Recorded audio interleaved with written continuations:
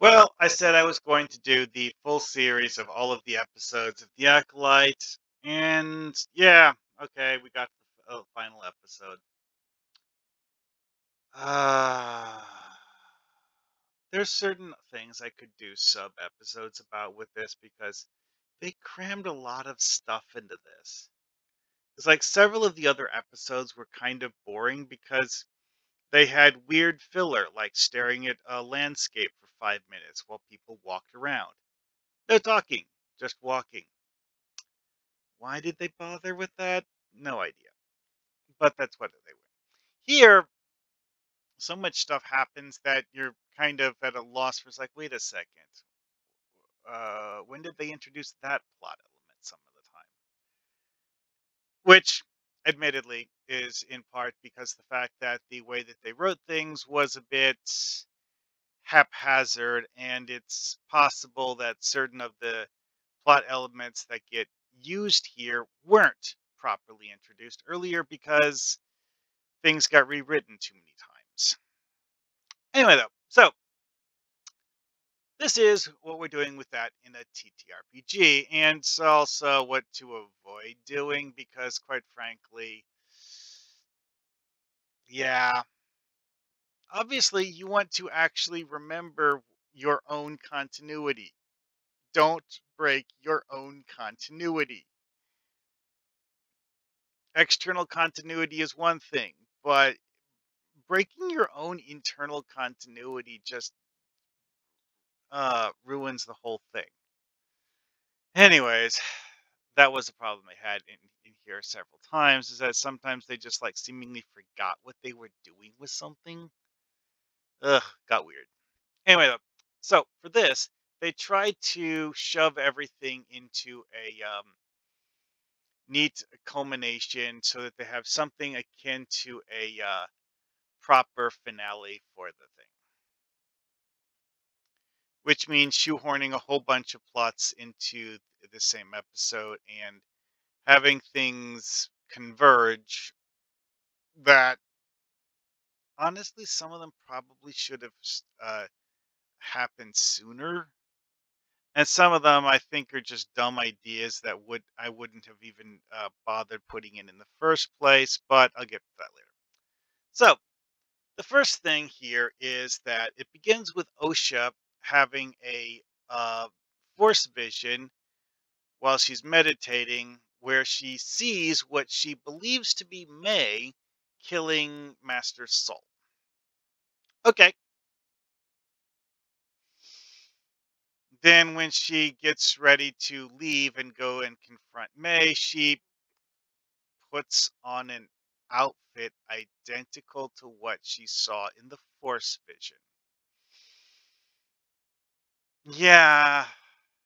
Why? I mean, the whole point of that was that it's actually Osha seeing herself in the Force vision, not May. And yes, it's a prophetic vision, but it's something that she is going to be doing later, not her sister. Which, again, why did they go there? Especially when they're going to make it that transparently obvious that anyone who was paying attention would have realized it. Ah, boy. Anyways, though, uh, this goes back to that whole like kill without using a weapon thing. Kymir still hasn't explained to May or Osha at any point in here that what he wants someone to do is use the Force to directly kill someone. Which I have to question why. They never explain that. Why is Kymir doing that? It's like, well, one thing that we know about this is that in several ways, Kymir is more of a wannabe than a true Sith. So one could argue that Kymir had heard that such a power existed, but he didn't know uh, how to do it himself. Although this is one of those things where I just have to go, yes, but It doesn't logically make sense for it to be set up that way. However, people in real life aren't necessarily logical. Sometimes they do things that don't make sense to anyone else. Anyways, enough about that. So, anyways, this also brings up an interesting plot point that got brought up earlier, but not focused on. The ship that Chimere is using has a weird design where it has two separate single seat cockpits that the people flying it sit in. Why is it designed like this? Presumably so that they can have an excuse for why it can only hold two people and why they can't take a third person with them at all for any reason and must leave May behind uh, at the end of the episode. It's the only reason I can think of why they wrote this because, quite frankly, it's like one, the design of ship is weird even by Star Wars standards, and two, very plot convenient. Yeah. Anyways, though, again, it's one of those things where you could just be like, "Oh, he stole it, and this just happened to be the only ship he was able to steal that had a working hyperdrive." Yeah, whatever. Uh, again, it's weird even by Star Wars standards. Like maybe he was able to steal it because people didn't want it. Yeah, who cares? Honestly, it's one of those plot convenient things where if you think too hard about it, you end up with unanswerable questions, and thus you're wasting your time trying to figure it out. Anyway, though, so Soul goes to Brendok. However, while en route, um, May decides that she doesn't want to accompany Soul, so she decides to um, leave the ship. And then we have this weird asteroid belt fight scene where we have Soul chasing May through an asteroid belt. Why does this ship have a life pod that is that maneuverable? It seems a bit weird. Like this seems more like a smaller shuttlecraft, not a life pod. Why is it being described as a life pod? Whatever. Oh wait, it says escape pod. Whatever. Still, same idea. And also, Basil, the GM insert plot device character, uh, randomly sabotages Soul's ship while Soul is pursuing May. We have no idea why. See, one of the things they did with Basil here is there's one other character who is now dead, by the way, who had the ability to actually talk to Basil. No one else can. No one else understands what he's saying at all. That's such a bizarre idea because you would think that, they would have like the equivalent of an etch a sketch where he can write down what he's saying and, communicate non-verbally. But no. Okay, and as I mentioned earlier, is that was actually established in Star Wars as a thing because Huts don't speak Galactic Standard either, and Huts spend a lot of time talking to people. I mean, yes, okay, Jabba, um, his while Jabba temporarily had possession of C-3PO, Jabba used C-3PO as a translator droid, which worked quite well. It was clear, however, to everyone involved that while that was quick and efficient, Jabba had other means of getting his point across that didn't require a translator droid. And I mean, again, it's like Star Wars uses writing on computer screens. You can just type something on a computer and let someone else read it. Like, even if you don't speak galactic. Well, okay, that's another thing is that Basil's reason for needing a translator is not that Basil is incapable of understanding galactic standard. It's that he can't speak it because he has a weird rodent's mouth, which again goes with the whole thing with Jabba the Hutt. As another example, is because of the fact that Jabba the Hutt has a big slug face that just doesn't make the right sounds. Then there's the Chewbacca example. You know, whatever.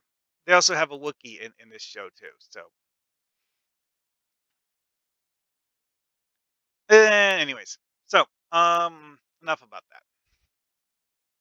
Basil does his plot convenient thing, and I think there was a creator commentary where they referred to this as a hero moment, where it's Basil's time to shine, and what is he even doing? They don't establish what he's doing. It doesn't come across as a cool character beat. It's just random contrivance. Uh, I didn't personally like it, obviously. Anyway, though, like I said, enough about that. Then we have the political intrigue stuff. This is something that Star Wars has done before multiple times. Politics is a big thing in the Star Wars setting. It's usually not directed at the Jedi, though. I mean, stuff like Leia Organa negotiating peace deals. Yeah, that was a thing that happened. Not necessarily a commonplace occurrence, but there are multiple different political entities in Star Wars, and often negotiating is better than fighting. So you can negotiate with whatever you're talking to, and not just uh, do the murder hobo thing. Works great some of the time. But the thing with Rayancourt here is that Rayancourt doesn't trust the Jedi for some reason. They don't really explain why. Some people picked up what are seemingly oblique hints that Rayancourt is possibly unwittingly being manipulated by Sith. Because while this is the period of time when the Sith are in hiding and trying to avoid any sort of direct involvement in the galactic stage, they did still exist. We just didn't actually see them in public. So the idea that a Sith has been um, coaxing Rayancourt into doing this as a way to antagonize the Jedi, believable. However, that's not actually stated in the show. So while it's something that makes sense, we can't say that it's a fact. But again, the idea is there and kind of works. Uh, the way that it's actually played out, though, like the idea that you would have a senator putting pressure on the Jedi is a valid plot device. What they do with it is kind of strange because they just kind of sort of have the um Jedi what's the word for this? For some reason they have um Vernestra Rowe talking to a senator when she's not even one of the people on the Jedi Council. She's a lower ranking Jedi than that. I don't get it. Wouldn't you have someone who's, actually a representative do that?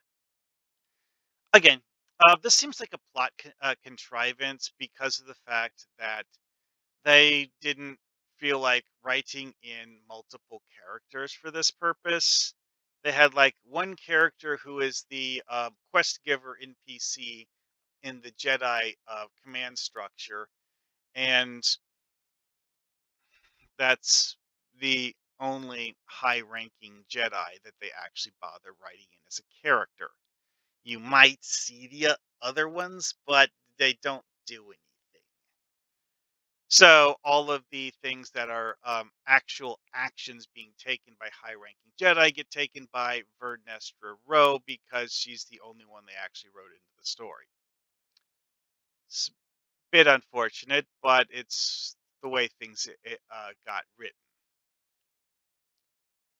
The whole tribunal thing is also a plot contrivance to give a reason why the Jedi would disavow all knowledge of the events of this story and basically pretend it didn't happen. Anyways, Ocean the Stranger doing their thing, and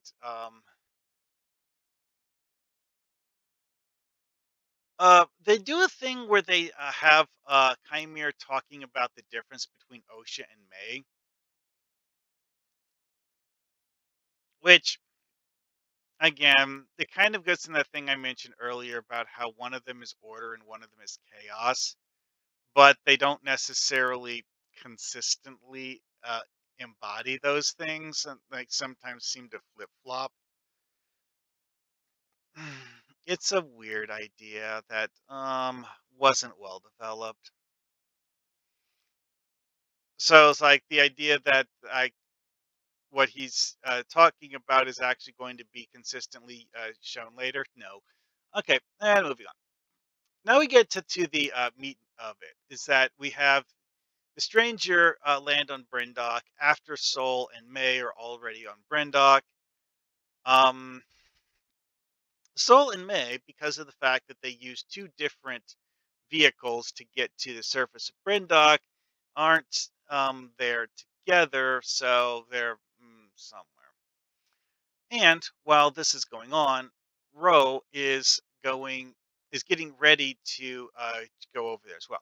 The way this is set up makes it feel like Ro actually only needed like 5 minutes to fly from Coruscant to Brendok, which um logic fail. That doesn't. That's not how hyperdrive is supposed to work in Star Wars. Whatever, plot contrivance. One could argue that events are not actually being shown in the correct timing because uh artistic license or something like that, but still, feels weird. Because like the whole like jumping back and forth between two things with no context, you kind of sort of get the feeling that they're happening in sequential order, even and having them one of them be out of sequence causes a logical fault. Oh well, you could actually throw in stuff like time uh, stamps for that, but most people don't. Anyways, in a TTRPG, you could easily just say this is something that happened 5 hours ago, and leave it at that. It's a lot easier when you're just describing it to people. Anyways, the Exile 2 arrives in Brendok, and Chimere and Osha start looking for Sol and May. They split up. Osha finds May. They get into a fight. They start talking, and they do mutual exposition dumps on each other apparently because the two of them haven't actually talked to each other in over 10 years, and Um, doing so causes both of them to develop a completely new outlook on life, and so on and so forth. And um, excuse for to happen has now happened, and plot will commence shortly. Soul, however, because of the fact that he ran into Chimere, the two of them end up getting into a fight. which Chimera ends up losing. Yeah, the same guy who, when he was fighting the uh, Jedi in the forest on Kofar, managed to do a, I think it was an 8-on-1 fight and win, and then he loses a one-on-one fight with one of the 8 Jedi that he was fighting on Kofar. Okay.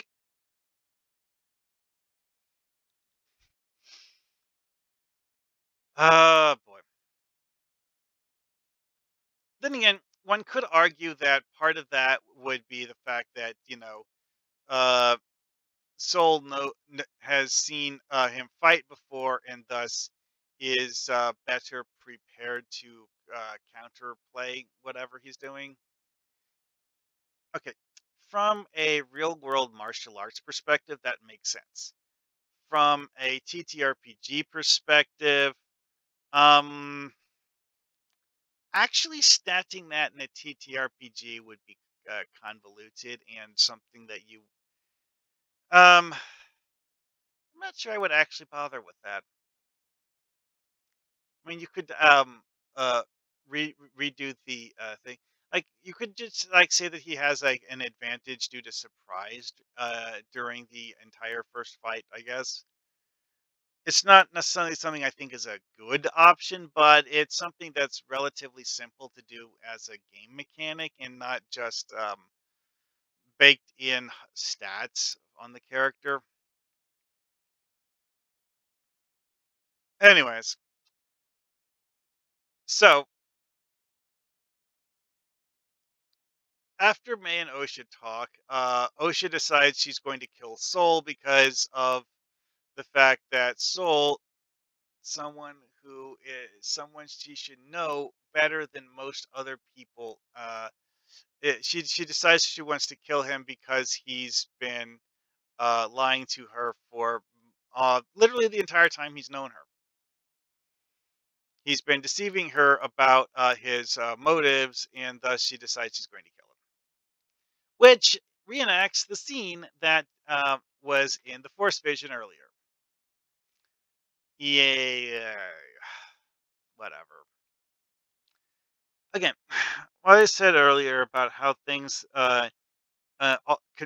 multiple plot threads converge in a single episode so that they can get tied off and left in a somewhat completed state, even if it doesn't make sense how they got resolved. So Soul dies. Vernestra blames Soul for everything and uh, uses that as a scapegoat to say that the Jedi Order are not responsible for this, that, and the other thing. And oh yeah, 10 or so people are dead, but that's not something that the Senate needs to worry about. I'm not sure Vernestra actually enumerated the number of people that got killed as part of this nonsense, but yeah, I think somewhere around 10 is the right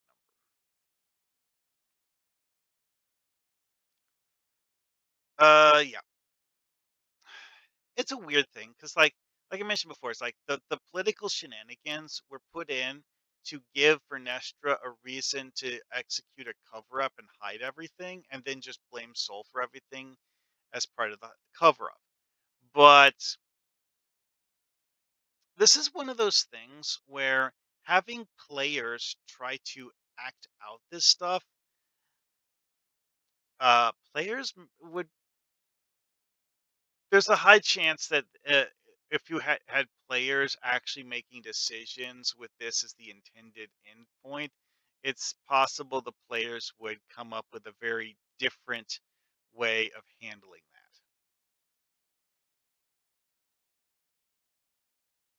that. Anyway, though, um, and that's about that. Like I said before, it's like this where this ends is obviously setting up for a later thing. Like, this is the end of one story arc in a campaign for a TTRPG. It's not the end of the campaign. It's a transition point where you have written out of the story most of the characters that were in the first story arc, and now you are doing a new story arc with a somewhat different set of characters. In this case, as I mentioned before, somewhere around 10 characters just got killed off completely. And that way, they don't need to have those characters in the next story arc. They have the ability to write in new characters that are just, different or something. Honestly, in some ways, that's actually a very good thing because you're cleaning the stage, getting rid of the things that are unneeded and in the way. You just like get them off the stage so that you don't need to look at them anymore.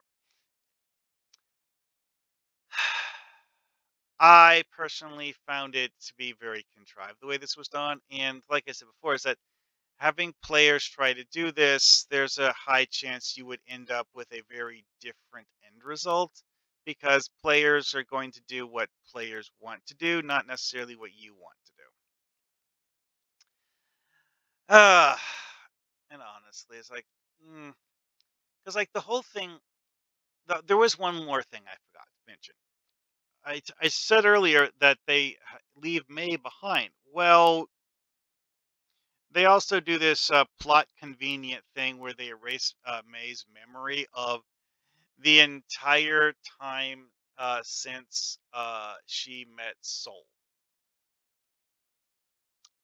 Yeah, they seemingly erase May's memory of everything she did after the fire on Brindok,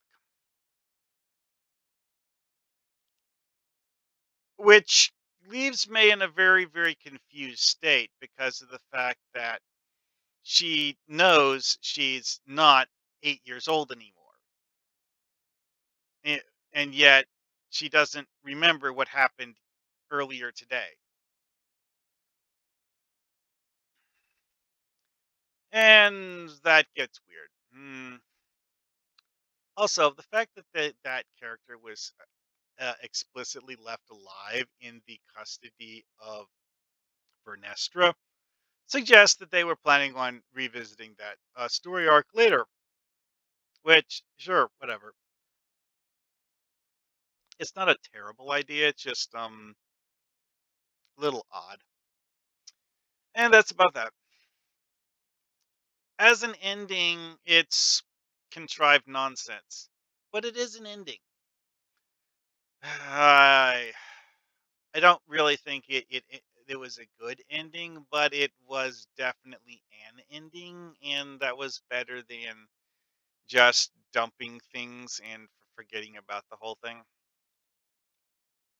Because that is something that happens sometimes in TTRPG finales, is that you don't necessarily wrap up everything. But whatever. That's about enough for now. See you guys later.